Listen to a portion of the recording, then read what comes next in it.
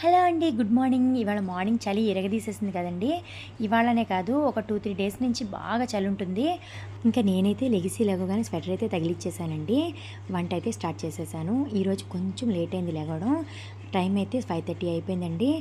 ఈరోజు వంటొచ్చేసి దొండకాయ ఫ్రై, పాలకూర పప్పు అండి. ఫస్ట్ అయితే దొండకాయ ఫ్రై చేసుకుందాం, పాలకూర పప్పు తర్వాత చేసుకుందాం అని చెప్పేసి ఫస్ట్ అయితే దొండకాయ ఫ్రైకి ప్యాన్ పెట్టుకున్నాను. ఆ తర్వాత రైస్ కడుక్కుంటున్నాను అనమాట. ఎప్పుడు కూడా రైస్ కడిగిన తర్వాత కాసేపు నానబెట్టుకుంటానండి. కానీ ఈరోజు టైం లేదు కదా, అందుకని చెప్పేసి కడిగేసిన వెంటనే స్టవ్ మీద అయితే పెట్టేసుకున్నాను. ఇంకా దొండకాయలు అయితే కట్ చేసుకుంటున్నాను.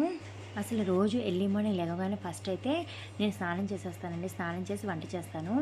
ఇంత చలిలో ఇప్పుడే స్నానం చేస్తాను, అందుకని చెప్పేసి ముందలే వంట చేసేసుకుందాం అని చెప్పేసి వేడిగా వంటింట్లో దూరి వంట అయితే చేసేస్తున్నానండి.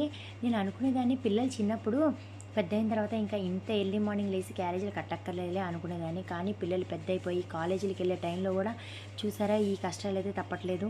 మీకు కూడా ఇంతేనా అండి?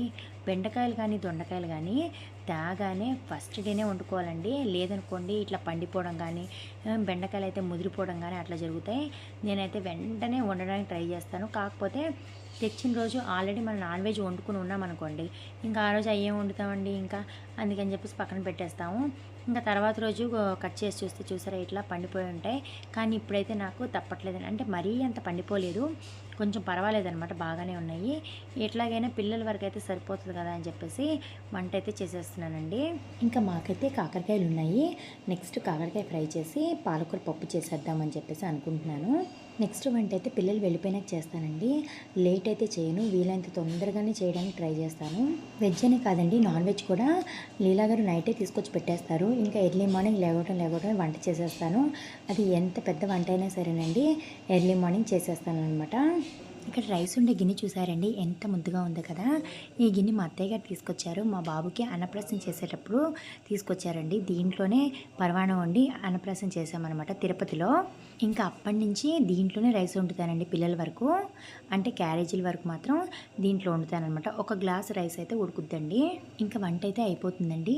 టిఫిన్కి అయితే రవ దోశ వేసుకుందామని చెప్పేసి పిండి అయితే కలుపుకున్నాను. ఇప్పుడు దీంట్లోకి ఉల్లిపాయలు, పచ్చిమిరపకాయలు కట్ చేసుకోవాలన్నమాట. నైట్ దోశలకి నానబెడదాం అనుకున్నానండి, మర్చిపోయాను. సరేలే రవ దోశ చేసేద్దామని చెప్పేసి ఇట్లా పిండి అయితే ప్రిపేర్ చేసుకున్నానండి. ఇంకా ఇక్కడ అన్నం అయితే ఉడికిపోయిందండి, ఇంకా కట్టేసుకుంటున్నాను. ఇంక ఇప్పుడైతే ఉల్లిపాయలు కట్ చేసుకుంటున్నాను. రవ దోశలకి ఎప్పుడైనా ఉల్లిపాయలు చాలా సన్నగా కట్ చేయాలండి, అప్పుడే దోశ అనేది చాలా టేస్ట్గా వస్తుంది. ఇంకా ఇలా ఉల్లిపాయలు వేసుకోవడం వల్ల చట్నీ లేకపోయినా కూడా ఇట్లాగే తినేయచ్చండి, చాలా బాగుంటాయి.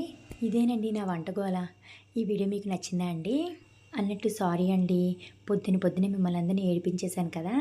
ఈ వీడియో కనుక మీకు నచ్చినట్లయితే ప్లీజ్ సబ్స్క్రైబ్ చేసుకోండి. అందరికీ బాయ్ అండి.